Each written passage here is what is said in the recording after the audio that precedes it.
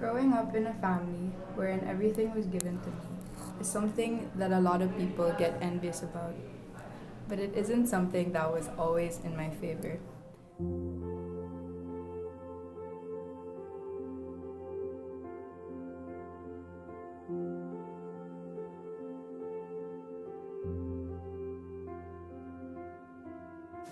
There was never a Sunday morning in my life spent doing something other than being in church and attending Mass with my family.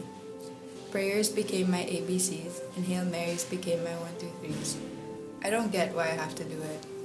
He never made me feel his presence, so why should I believe in him? All my friends are close to him, and he shows up in their lives. How come I don't feel it even though I go to Mass?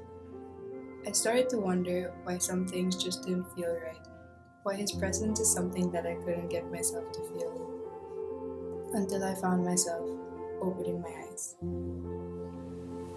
I realized that the Lord has been talking to me through the people around me. In this case, Hans embodied patience. Being my best friend isn't exactly a walk in the park, but he never gave up on me. Instead, he understood that with growth comes getting hurt. But despite all that, he stayed. Hans accepted who I was, although I inflicted pain and brought about heartache. I did things that made me undeserving of him, but he stayed not because of, but in spite of. Wami embodied humility and courage. One of the hardest things to recognize and acknowledge is our pride. Yet, he taught me how to let go of it and make room for Christ in my life. I used to think highly of myself, as if I was the captain of my own boat, but he made me realize that the Lord's presence cannot be felt if we continue to be blinded by our pride. Wami corrected my distorted view of who God really is and became the instrument of God's revelation in my life.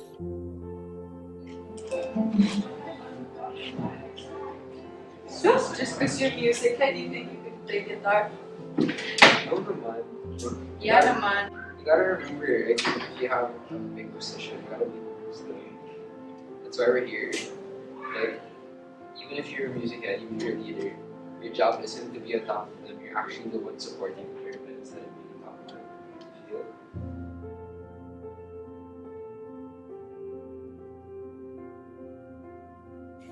Love was the one thing that I lacked in my life. I thought I could get by through looking after just myself, yet I was wrong. And this realization came into my life through Jana. I enjoyed being the only child. I still do. However, I watched Jana and saw how caring she was towards her siblings. I witnessed a love so sacrificial and unconditional and realized it was patterned with God's. Hi, Jana. Hi. Can I sit here with you? Yeah, sure. What are you doing today? Oh, I'm just waiting for my little sibling because she forgot her ball and I need to give it to her. Oh, I see you have Oreos. Yeah. Can I have some? But it's for her though. Oh, that's so sweet. I wish I had a sibling. Over time, Jana reminded me of the love I have within me that is waiting to be felt by others.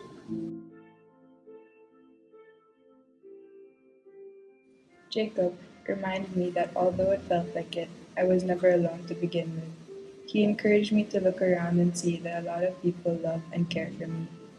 That alone gave me a reason to love myself as well.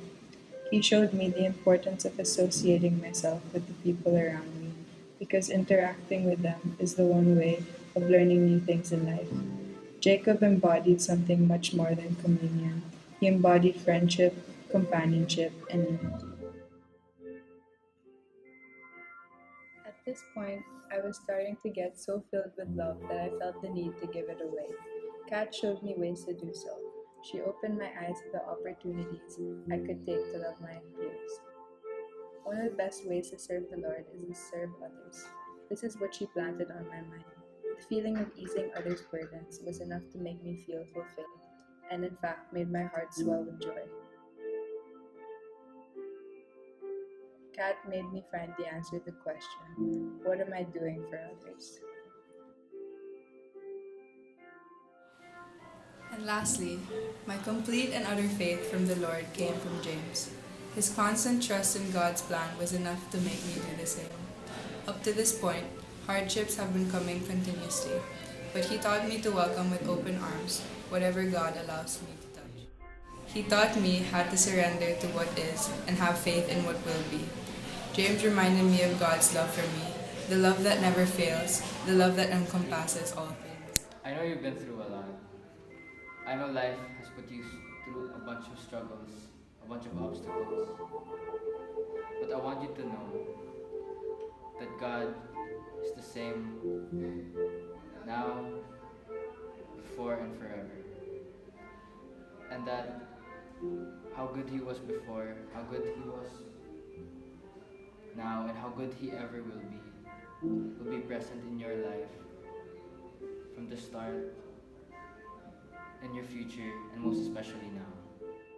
If there is anything that stuck with me in the past 17 years of my life, it is that God can make your life perform a complete 360 if you allow Him to. In my case, He used the people around me. God used these people around me to remind me to come home to Him. He used them for me to recognize the fact that it is from Him whom my strength must be drawn all the days of my life. Through these people, I finally know what it truly means to be a Lasallian, to have a heart after Christ.